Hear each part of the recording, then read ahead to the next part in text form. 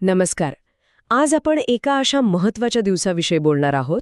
6 जून 1674, रायगड किल्ला आणि छत्रपती शिवाजी महाराजांचा राज्याभिषेक. नमस्कार. हो, म्हणजे हा फक्त एका राजाचा सन्मान सोहळा नव्हता, नाही, अजिबात नाही. तर एका सार्वभौम राज्याची, हिंदवी स्वराज्याची ती एक प्रकारे स्थापनाच होती. अगदी.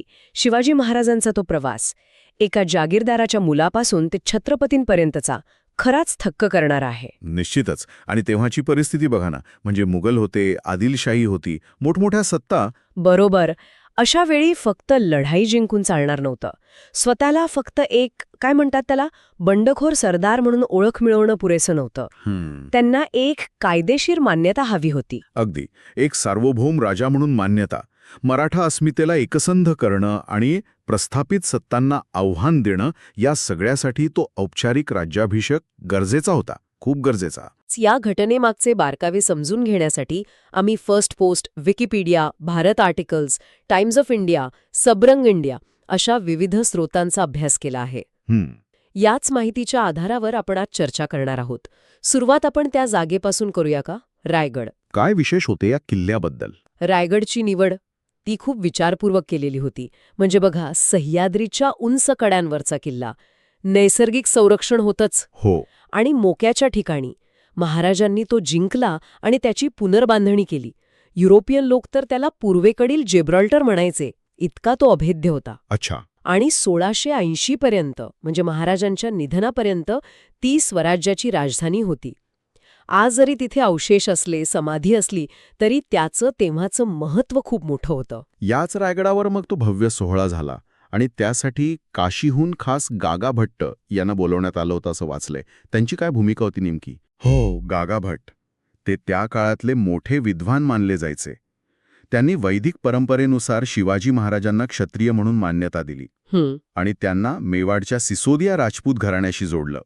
हे फक्त वंशावळ सांगणं नव्हतं, नाही, तर उत्तरेकडच्या राजपूत सत्तांच्या बरोबरीने उभं राहून मराठा साम्राज्याला एक अखिल भारतीय पातळीवर स्थान मिळवून देण्याचा तो प्रयत्न होता. राईट. राज्याला एक वैधता देण्याचा प्रयत्न. पण असंही ऐकलंय की याला काही स्थानिक विरोध पण झाला होता, काही ब्राह्मणांचा वगैरे. हो, तशा नोंदी आहेत. काही स्थानिक ब्राह्मणांनी विरोध केला होता असं म्हणतात. डच ईस्ट इंडिया कंपनीच्या कागदपत्रांमध्ये पण त्याचा उल्लेख सापडतो. अच्छा. आता यामागे फक्त धार्मिक कारणं होती की काही राजकीय मुद्दे होते, यावर इतिहासकारांमध्ये थोडं वेगळं मत दिसतं. पण गागा भट्टांनी त्यांच्या विद्वत्तेने त्यावर मात केली. आणि मग प्रत्यक्ष विधी कसे पार पडले? मग विधींना सुरुवात झाली. गंगा, यमुना, गोदावरी अशा 7 नद्यांचं पवित्र पाणी आणलं होतं. त्याने अभिषेक झाला, वैदिक मंत्रोच्चार झाले. महाराजांनी रत्नजडित सुवर्ण सिंहासन स्वीकारलं आणि त्यांना छत्रपती म्हणजे सार्वभौम राजा ही पदवी दिली गेली. क्षत्रिय कुलावंत, सिंहासनाधीश्वर ही पदवी सुद्धा होती ना? अगदी, ती सुद्धा. आणि एक विशेष गोष्ट म्हणजे इंद्राभिषेक नावाचा एक जुना विधी होता, जो अनेक शतकांपासून कोणी केला नव्हता. त्याचंही पुनरुज्जीवन यावेळी करण्यात आलं. आणि मग काही महिन्यांनी ऑक्टोबर 1674 मध्ये दुसरा राज्याभिषेक पण झाला असं वाचण्यात आलं. त्याचं काय कारण असावं? हो, हा पण एक रंजक भाग आहे. हा दुसरा सोहळा तांत्रिक पद्धतीनुसार झाला होता. काही जण म्हणतात की पहिल्या सोहळ्यात काही उणीवा राहिल्या असतील किंवा असंही असू शकतं की दक्षिणेकडील ज्या तांत्रिक परंपरा होत्या त्यांनाही सामावून घ्यायचं असेल. राज्याला अजून व्यापक मान्यता मिळवून देण्यासाठी हा दुसरा विधी केला असावा. यातून महाराजांची सर्वसमावेशकता पण दिसते. म्हणजे हा राज्याभिषेक फक्त एक धार्मिक किंवा राजकीय सोहळा नव्हता, तर प्रशासकीय सुधारणांची पण सुरुवात होती. इथेच अष्टप्रधान मंडळाचा विचार येतो. अगदी बरोबर.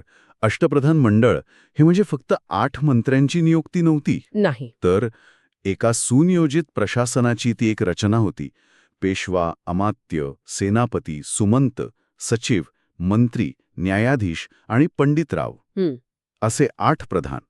प्रत्येकाकडे राज्याच्या महत्त्वाच्या कार्याची जबाबदारी, अर्थ, संरक्षण, परराष्ट्र व्यवहार, न्याय, धार्मिक कार्य सगळं विभागलेलं होतं. आणि यांची कार्यपद्धत पण वेगळी होती ना, म्हणजे लष्करी जबाबदाऱ्या पण होत्या त्यांच्यावर. हो, पंडितराव आणि न्यायाधीश सोडून इतरांवर लष्करी जबाबदाऱ्या पण असायच्या. त्यांचे जे मुलकी कामकाज असायचे ते त्यांचे प्रतिनिधी सांभाळायचे. प्रशासन आणि संरक्षण यांची एक चांगली सांगड घालण्याचा तो प्रयत्न होता. खूप नाविन्यपूर्ण होता त्या काळात. या सगळ्याचा मग एकूण अर्थ काय लावायचा? या राज्याभिषेकाचा वारसा काय आहे आपल्यासाठी? सोहळा म्हणजे एक प्रकारे हिंदू सार्वभौमत्वाची घोषणा होती, मराठा अस्मितेची ओळख होती. बरोबर. परकीय सत्तेविरुद्धच्या यशस्वी लढ्याचं ते प्रतीक बनलं. आणि महाराजांची दूरदृष्टी फक्त लढाईत नव्हती, प्रशासनातही होती. काही स्रोतांमध्ये त्यांच्या प्रशासकीय कौशल्याचा उल्लेख आहे. शेतकरी कल्याण असेल, महिला सक्षमीकरण असेल, जलव्यवस्थापन असेल. हो, त्या पंतप्रधानांच्या भाषणाचा उल्लेख करणाऱ्या स्रोतांमध्ये हे मुद्दे आहेत. हो, म्हणजे या गोष्टींची दखल आजही घेतली जाते. महाराजांचं प्रशासन किती लोकाभिमुख होतं हे त्यातून दिसतं. इतिहासकारांनी सुद्धा याचं महत्त्व सांगितलं आहे. जदुनाथ सरकारांनी याला हिंदू इतिहासातला मैलाचा दगड म्हटले. टिळकांनी तर लोकांचा राजा म्हणून गौरव केला आहे. अगदी.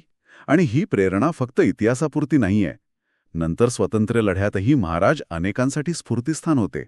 आजही बघा, अरबी समुद्रातील स्मारकाची योजना असेल किंवा भारत गौरव ट्रेन असेल, यातून त्यांचा वारसा जपण्याचा आणि नव्या पिढीपर्यंत पोहोचवण्याचा प्रयत्न दिसतोय. थोडक्यात सांगायचं तर राज्याभिषेक हा मराठा साम्राज्याच्या औपचारिक सुरुवातीचा एक महत्त्वाचा क्षण होता. त्याने प्रशासकीय पाया घातला आणि त्याचं सांस्कृतिक, राजकीय महत्त्व आजही कायम आहे. नक्कीच, यात काही शंकाच नाही. आणि जाता जाता एक विचार मनात येतो की इतकं लष्करी सामर्थ्य होतं, लोकांचा एवढा पाठिंबा होता, तरीही शिवाजी महाराजांना या औपचारिक, पारंपरिक मान्यतेची इतकी गरज का वाटली असेल? म्हणजे सत्ता, परंपरा आणि लोकांची स्वीकृती ह्यांचं नातं नेमकं कसं असतं, हे पुन्हा एकदा विचारात घ्यायला लावणार आहे, नाही का? हा विचार करण्यासारखा मुद्दा आहे खरा.